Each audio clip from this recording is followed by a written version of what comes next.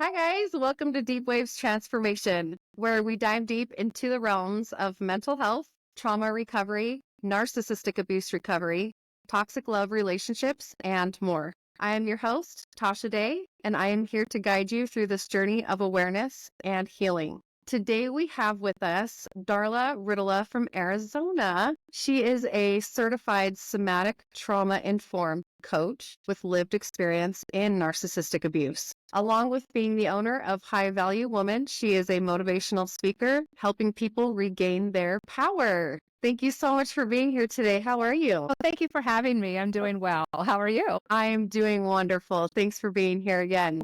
So, what I want to do is dive deep into somatic therapy with you and how powerful it is.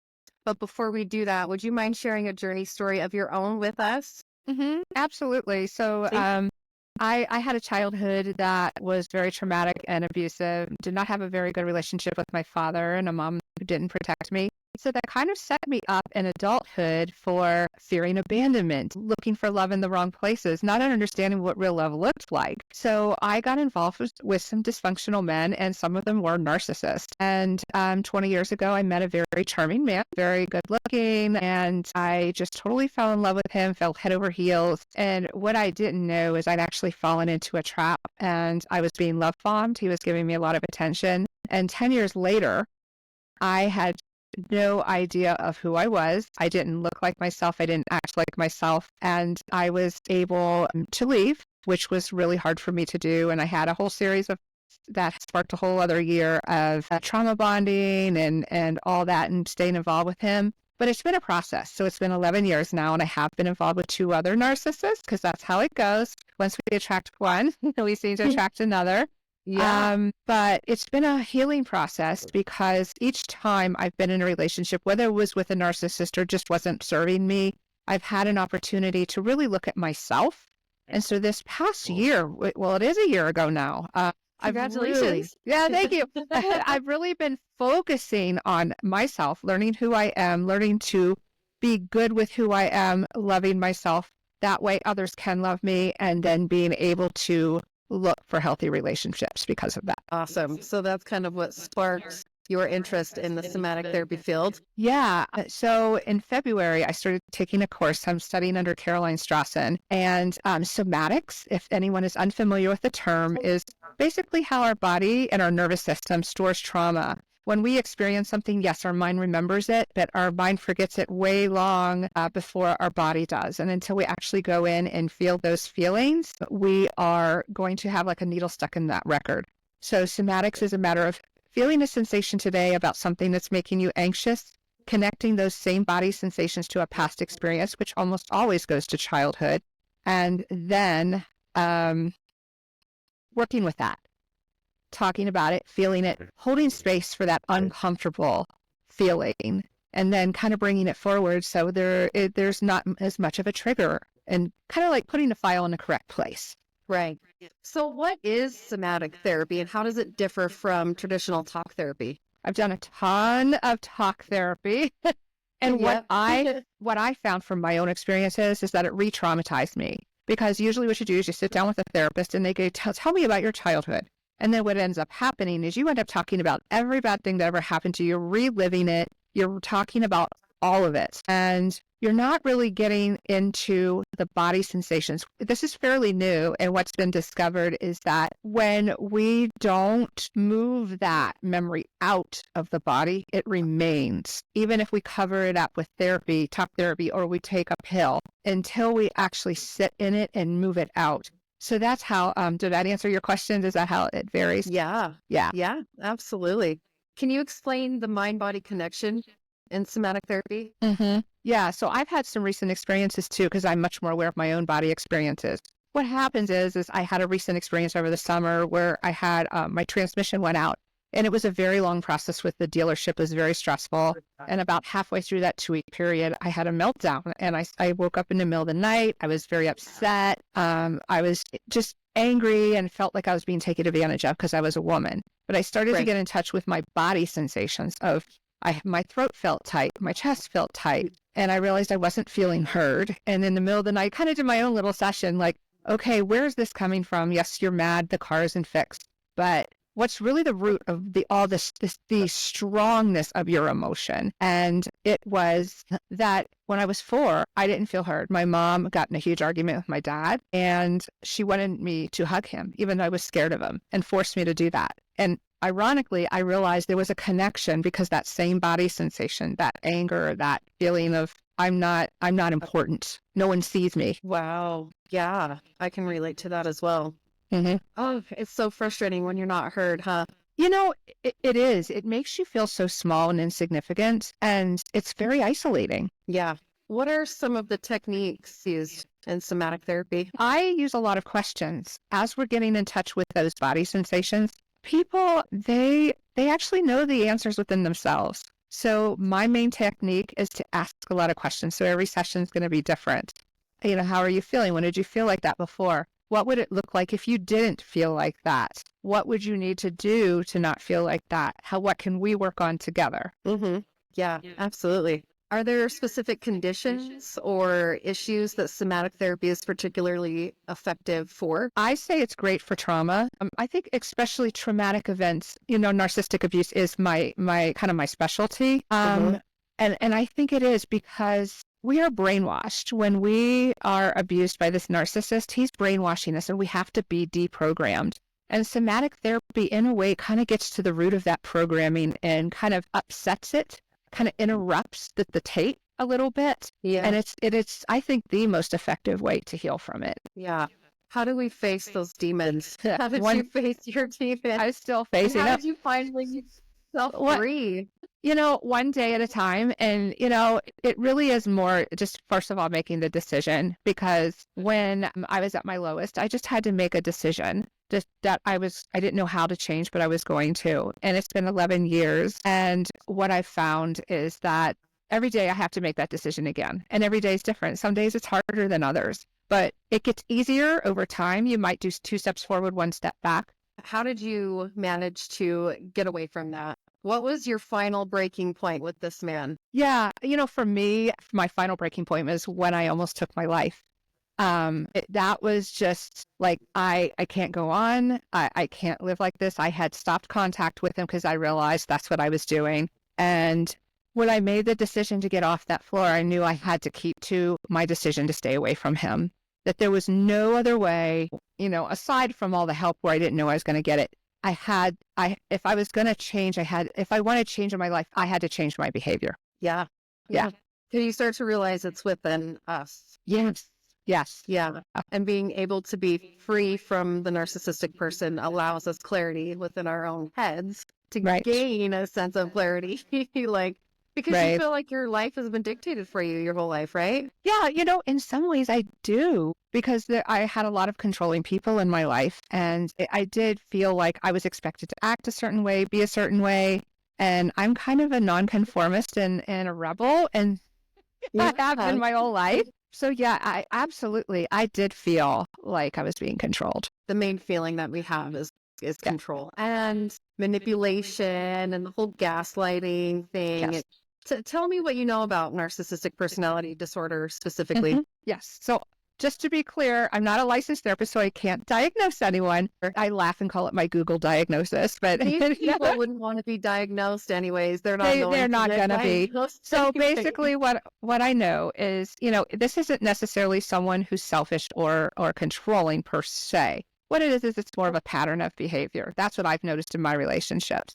That this is an extreme pattern of behavior. This is a person who never takes accountability for their own, always blames it on others, is very self-involved, very manipulative, makes underhanded comments in the guise of, I know what's best for you, or a joke.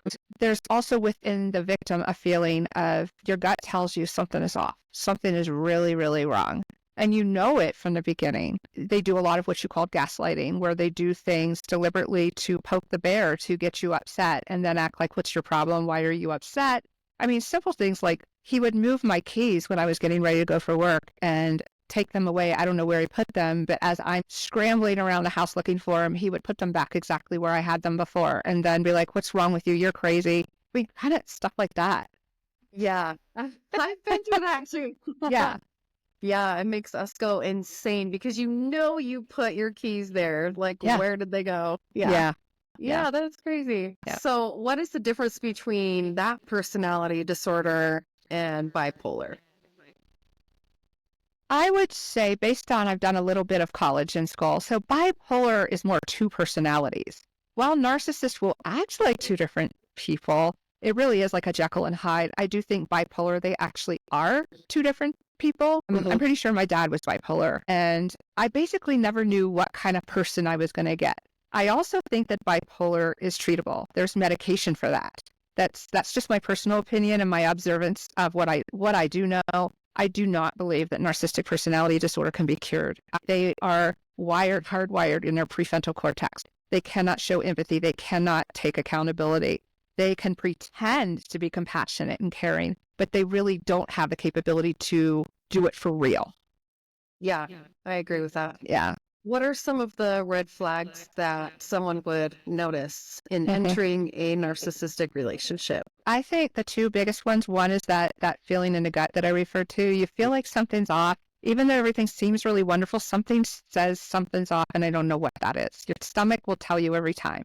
But also a common tactic is the love bomb, devalue, discard cycle. And it's usually someone who comes on, let's say, and since romantic relationships are my experience, I mostly talk from that. So it's someone who comes on really, really strong. They shower you with gifts. They seem to be the perfect person. They're everything you've always hoped for. But then what happens after you fall in love with them and you're hooked on them? They're going to start to devalue you. They're going to make snide comments. They're going to spend less time with you. They're going to, kind of pull away very suddenly. I know my last narcissistic relationship, within 2 months, he was already starting to pull off. And it was like, whoa, wait a minute. And then his excuse was, well, all relationships eventually, become kind of day to day. But after 2 months, that seems a little soon. No. Right? Wait a minute. What's going to happen in 20 years? But anyway, and then there's that final stage of the discard, and it's not always the end of the relationship. It is the end of that cycle, and that what that looks like is, and it looks in different things. A lot of them go silent, whether that's for hours or days or whatever. They ignore you when you're right in a home. The silent treatment is a pretty common tactic. They just totally shut down and act like, oh, I don't like you anymore. But they'll come back with that love bomb and start all over again, and then the speed increases every time that cycle goes. Yeah, absolutely. So, what should someone expect? This is going back to the somatic therapy. Because I'm interested in the experience at that session, what your body goes through. So, what should someone expect during a somatic therapy session? Yes. I'm just going to think of like a session that I did with someone. We're going to start with a grounding exercise.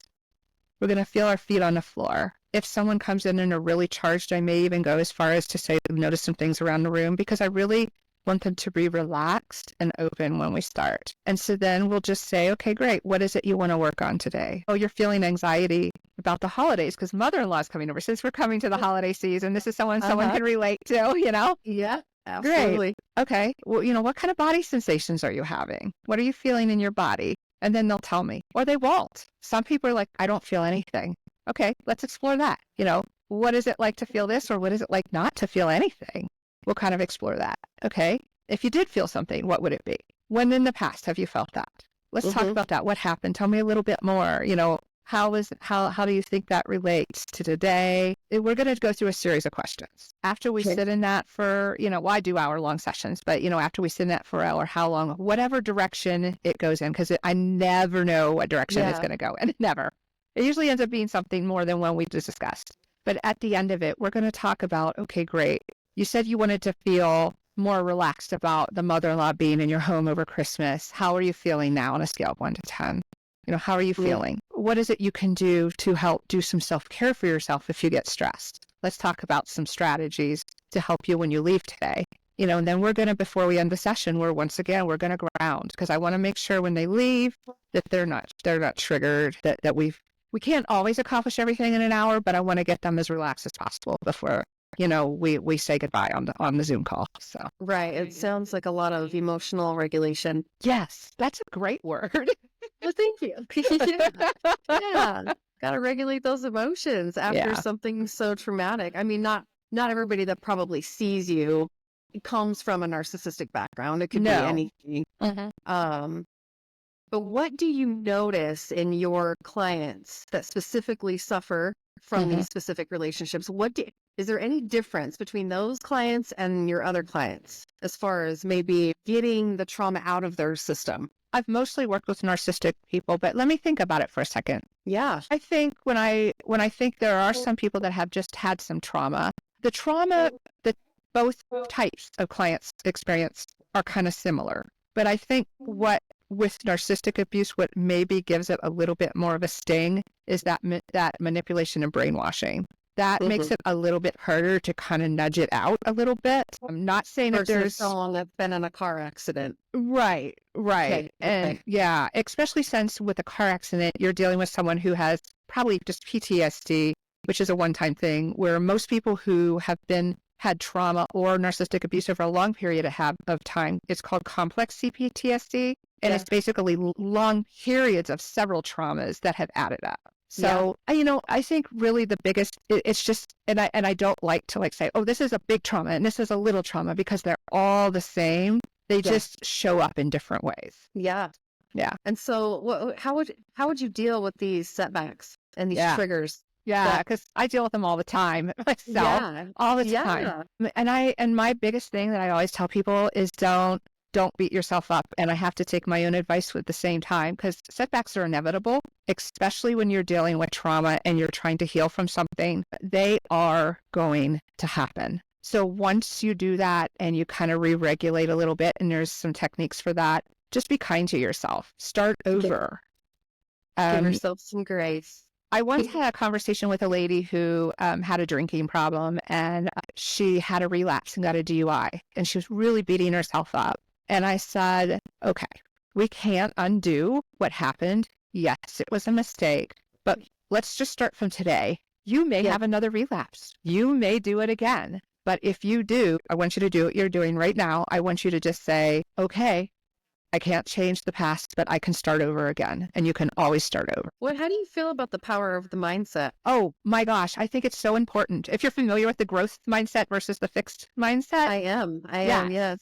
So the fixed mindset is people just are in a box, like, I can't change. I can't fix this. It is what it is. There's nothing I can do about it. Where a growth mindset is really, I can change it if I choose to. I may not know how to. I may not always succeed the first time, but it's really about opening those horizons. And I do think that having that type of mindset is very important to healing. It's an absolute must. Like, you have to. If you're stuck in fixed, you're not growing, you're not learning. So no. You have to be willing. And I think someone with a fix isn't even, they can't see it. Yes. Yeah. Nor do they want to acknowledge that something's wrong.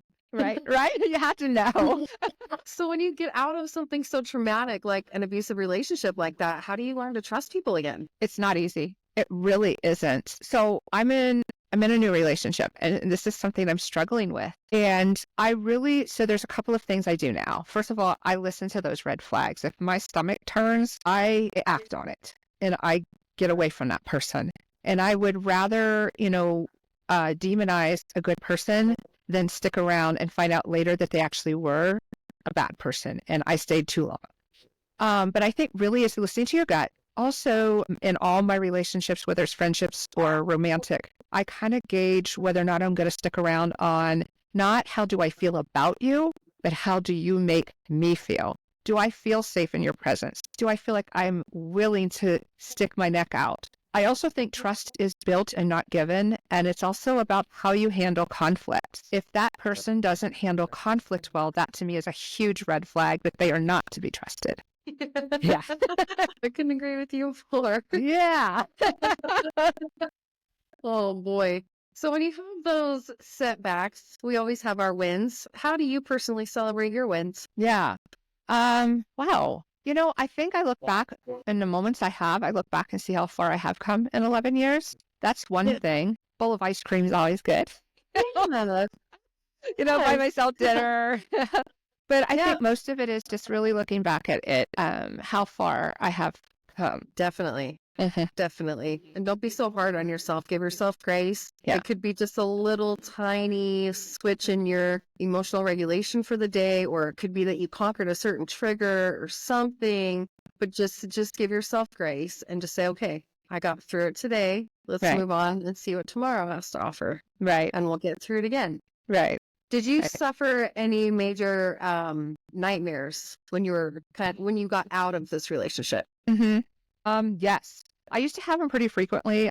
Every once in a while, I still have one. It's more of a flashback, and I'm in a similar situation. Often it's, most of my nightmares, interesting, go back to not being heard. It's one of these things, either I'm being chased and I can't run to get away, or I can't get the door locked in time, or I'm in physical danger and I go to yell and I can't verbalize. My voice won't come out. Yeah, so it's mostly that. Yeah, you still feel like the duct tape is covering your mouth. Yeah. Yeah, I mean, this is part of why I started podcasting, because every time I speak it, I'm healing now because I am taking back my power by speaking what happened to me. Yes, absolutely. That's why I'm doing it too, is we can heal each other. Right. And eventually heal the world. I love that. Yeah. Thank you for doing that and being so vulnerable. Well, thank you. Yeah. Yeah. How can individuals integrate somatic practices into their daily lives? Yeah, there's all kinds of really great things you can do. If you are feeling a little anxious and dysregulated and you're not in just total shutdown, you have that fight or flight, your heart's racing kind of thing. A couple quick things you can do is the nervous system reacts to water and cold. You can take an ice cube and put it in your hand, and that will help you take a cold shower. Great thing is to take a walk. So our eyes go back and forth, and that goes back to, I'm also trained in brain spotting, this is similar to the EMDR, where you do the eyes back and forth while you listen to a sound. But our body is actually processing using both sides of our brain when we walk. And so that's why going around the block with your mat at work works so well, to kind of calm down. Yeah. Interesting. I mean, that's what I do, but I didn't know why. Yeah. I didn't either until recently. What's it really doing behind the scenes? Right. I thought it was just getting fresh air, which it helps too. Another thing you can do is, if you are in a place where you've got a couple of minutes to feel, even if you're in your office and you just want to feel your feet on the ground, and do that grounding exercise, if you can go somewhere quiet. And even if you're not a meditator, you can just kind of try to close your eyes. It's hard to quiet your mind when you're in those modes. Yeah. And, another scenario is what we call the shutdown, where you are just totally, getting up and taking a walk is just too much. And I've been there, where getting out of bed is the challenge of the day. And that goes back to the tiny wins, right? Where, oh my God, yes. Getting out of bed. Yeah. Did you brush your teeth? Okay, then that's a win. Celebrate that, you know, and take it slow. Doing those things I just suggested a minute ago they're just not something you're capable of at this point. So just take it in the tiniest baby steps. Brush your teeth today and do that for a couple of days and see how that feels. And then maybe you'll take a shower by the end of the week, and you'll be amazed how much you start to feel better. It definitely is. Yeah. But give yourself that time to have that process, guys. Right. Yes. Because there is another side out there other than just the abuse side. You just got to get out of the situation, open up your mind. You'll realize that you were not the problem. Right. This is so true. Start healing and just live a beautiful life. Yeah. Yeah. What role does breathing play in somatic therapy and healing? It plays a lot, because when we are in anxious mode, we will tend to breathe faster or very shallowly. And so taking some deep breaths is going to regulate your nervous system a little bit. It's going to calm you down. It's going to slow down your thought process a little bit. So I do believe that breathing is very important. I've heard of that technique where you breathe in for 4 seconds, hold it for 4 seconds, and let out for 4 seconds. So it's kind of a flowing kind of thing. Do that 3 or 4 times. I actually was not paying attention to my breath until I actually learned what breath work was. And I realized that I was breathing from my shoulders.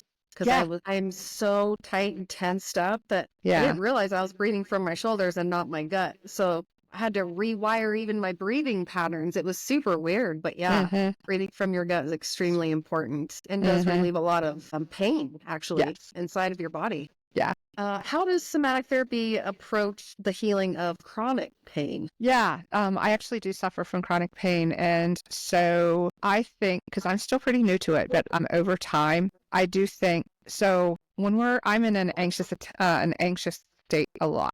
And so your muscles are tight, you're really tense. So as I continue to release that, my body's going to be less tense. I'm not going to have as many Charlie horses at night. We do tend to bring up our shoulders, those kind of things. Yep. Can you share any success stories or case studies where somatic therapy has made a significant impact, like in front of your own eyes? Yeah. I just look at my own life and how much more aware I am of my own emotions and my body sensations. And what's happening is I'm catching the triggers quicker. And I'm also sitting back and catching why I'm getting triggered. So the other night, just to use an example, my boyfriend was scheduling an appointment. He was setting up for us to go meet a sister over the weekend. Because I said, I'd really rather meet her before Christmas Day because it's kind of high pressure. Yeah. And I got triggered because he forgot to tell me. She had texted back and confirmed because I was trying to coordinate with another friend down in Phoenix. And so I tried to brush that under the rug. Like, okay, that's old stuff coming up there. Well, a few minutes later, the dog goes outside, steps in his own poop, drags it into the house, and I blow up.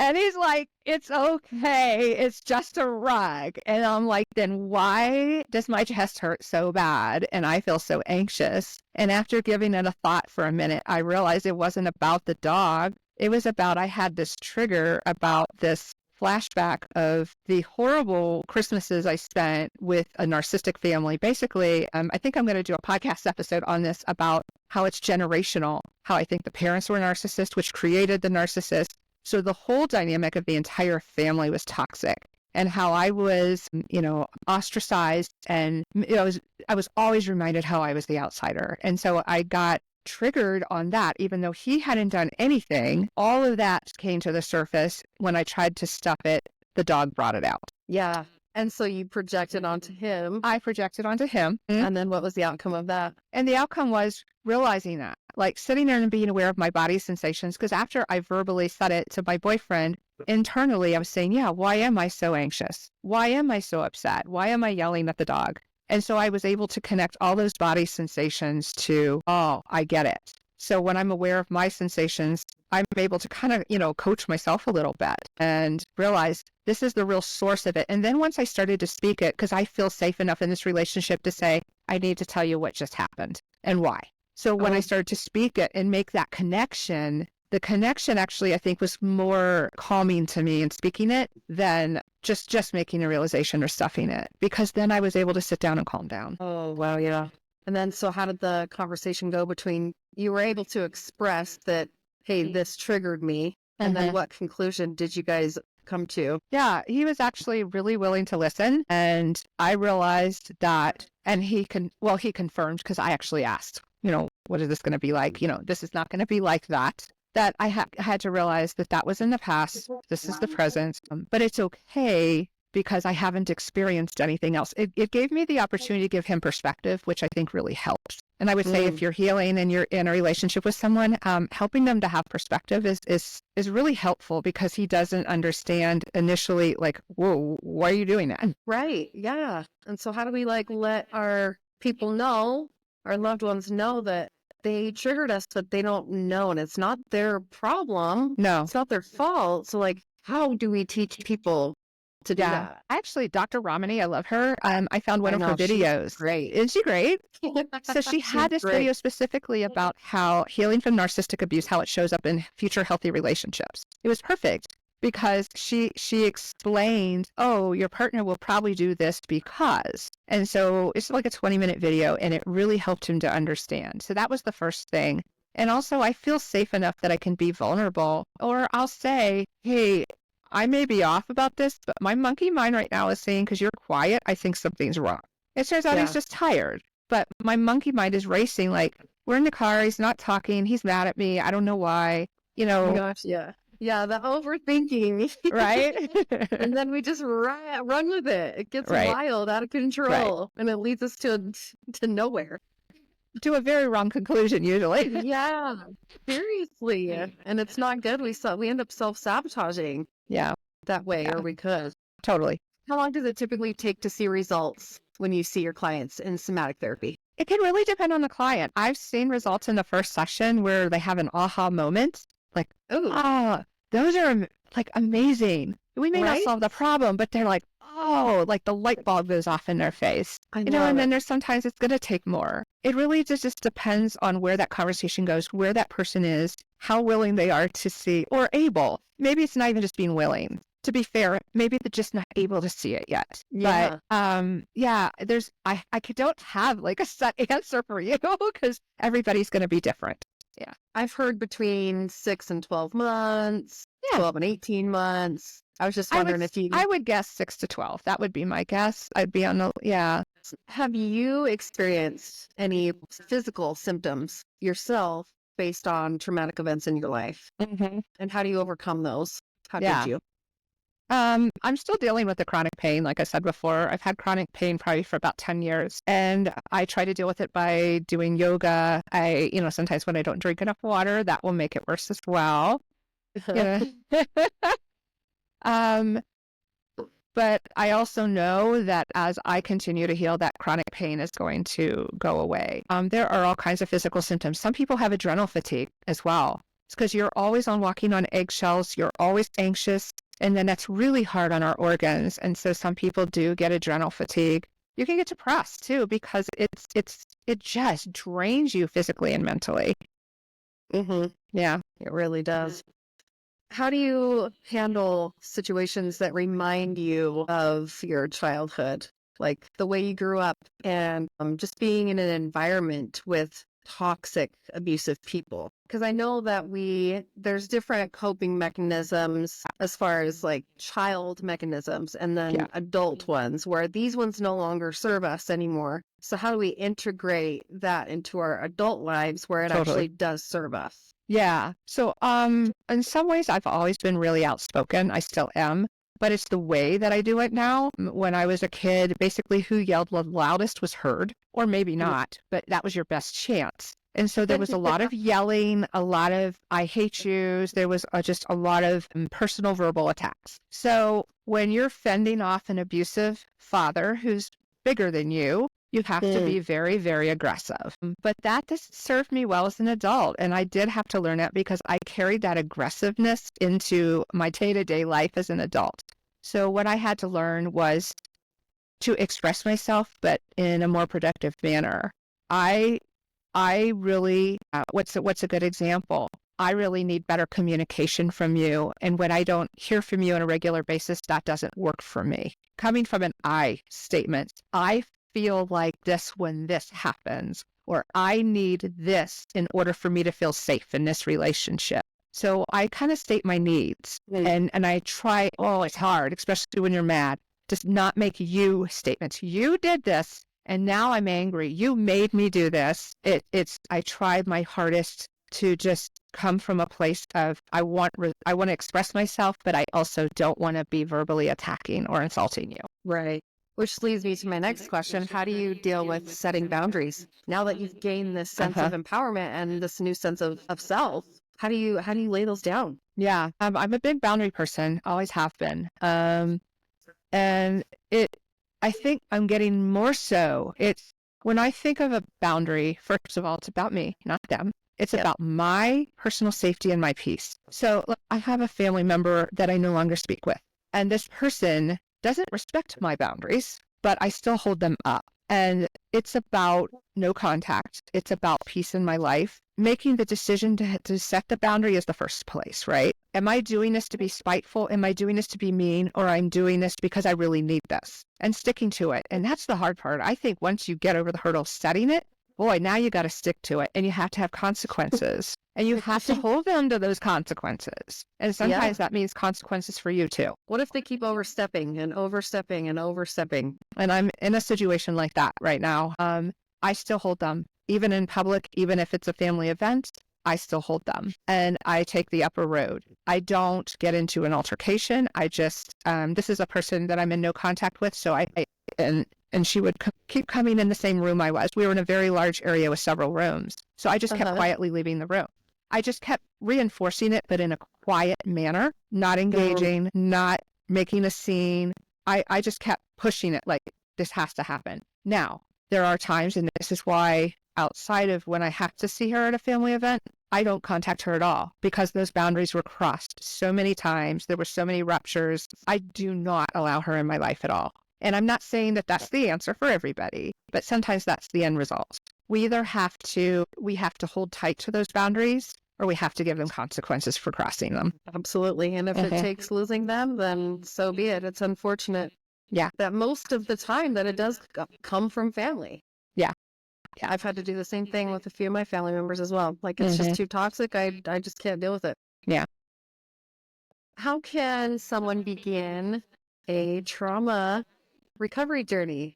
Yeah. Like, where did you begin? Well, I started out with the regular old therapy, that's where I started. Talk therapy? Talk therapy. That's where I started. Okay. And it does work for some people. Some people that does work. If you decide to go in a different kind of modality, you decide you want someone who's like me, like as a somatic trauma-informed coach, find someone. First of all, I recommend you find someone who has lived experience in what it is you're healing from, whether that's an addiction or trauma, because I did find that therapists that couldn't help me only had book knowledge. Find someone who, whatever it is, licensed or not, that has that lived experience and compassion and empathy for you. Find someone who you feel safe to express yourself with, and then you feel like that you can get something from them, because sometimes there just isn't a connection. It's not they're not a bad therapist or coach. You just don't connect with them. And I just say, start that healing journey by just being really honest with yourself, and be willing to hear some uncomfortable things about who you are and what you've done. It's okay. We've all done things that we aren't really proud of. And just take it as slow or as fast as you want. Yeah. Take it at your pace. Yeah. Did you integrate a lot of shadow work with your healing journey as well? Yeah. If you're talking like, I'm thinking like when you say shadow work, like we do a lot of like childhood wound healing. Exactly. Is that? Yes, definitely. Yes. Because I think that most of our maladaptive behaviors as adults really does stem from our childhood experiences. Yeah, they do. And how we have to learn to go back in time and speak to that little innocent girl and tell her that, you're going to go through this and you're going to go through that. But at the end of the day, I got you. I love you. And I'm so proud of you. And we're going to get through it. That's right. Yeah. Absolutely. Have you ever written a letter to your past self? I'm just curious. I have. Whether it was during a divorce to my past self during that relationship, or writing, I do that actually. I recommend that a lot. Write letters to your past self and show yourself love and compassion. Yeah. That was probably the hardest thing I have ever worked on in my healing journey, was doing that. Yeah. And getting over triggers, but that's a whole other Right. Exactly. What are some resources and tools that you could share with everyone today on where they can begin and where to grow from here? Absolutely. I like to say where to grow from here, not go. Look into somatics. See if it's something that you're interested in. You can read up on it. There's all kinds of information. If we're dealing with narcissistic abuse in particular, Dr. Ramani is a huge advocate. I'm a huge advocate for her. She explains it so easy to understand and so compassionately. I would say do that. I would look for blogs. Or what I did when I was first figuring things out is I found a guy on YouTube that was experiencing the same things I was. And it was like so validating to me to hear him talk about basically my life and his version of it. Yeah. Go find a support group. Go find I think it's so validating as well to be around other people that understand what you've been through, even if they can't heal it for you or don't have that medical or the coaching capability. Just being understood and heard is so valuable. It really is. Yeah. And be kind to yourself. Do things for yourself. And I say during the healing journey, really invest in you. I always tell people, really start doing things that you enjoy and that's only for you, that it doesn't involve your friends or your partner or your family, whether that's going out to a movie or starting a new craft or, I was taking an art class this quarter at the college just to try something new. Yeah. I didn't know if I could do it, but it's actually been kind of fun. You don't have to be good at something to do it, right? Right. At least you're doing something. Yeah. But you're investing in yourself. And I think as you continue to do that while you navigate this journey, because it's not going to be easy, you've got this investment in yourself to fall back on. Yeah, absolutely. Is there any tips or you'd like to share with the audience today before we go? Yeah. Just overall, just be kind to yourself. Yes. We're all in it together. We really are. And I think just being realistic. So someone asked me earlier in a meeting, oh, when is it you're healed? And I said, you're not. There's no day where the wand is, whoop, I'm done. I've healed everything I can heal. And she was shocked. And I said, it's a lifetime experience. And we just have to readjust our expectations to that. We can do better and we can live a more wonderful life. But this is a lifetime journey and it's going to be for the rest of your life. And that's okay. But when I look at who I was 15 years ago, when I was in the throes of it, and who I am now, I would never go back. And I would go through all the stuff I went through just to get here today. Yeah. And I'm sure you're healthier. Yes. Right? Yeah. Oh my gosh, that was a big thing. Yeah. Big thing for me in my journey. Like that, being in that relationship makes you physically ill. And then you start to get all these diseases that you never even had, like autoimmune diseases. You're like, oh, yeah. Where did that come from? Yep. I was a lot more overweight. Now that I'm out, I don't have that problem anymore. Like my cortisol levels are normalized now and everything's regulated. Isn't that interesting? Isn't that interesting?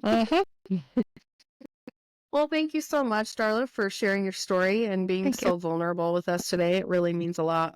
Thank you, Tasha. I really enjoyed being here today. Yeah. Well, that is all we have for you guys today in this episode. Remember, your journey to healing starts with understanding. Stay strong and stay informed. Every step towards awareness is a step towards freedom. Until next time, keep riding the waves of transformation with us. I am your host, Tasha. Have the most wonderful day. Thanks, Darla. Take care. Thank you. Take care. Thank you.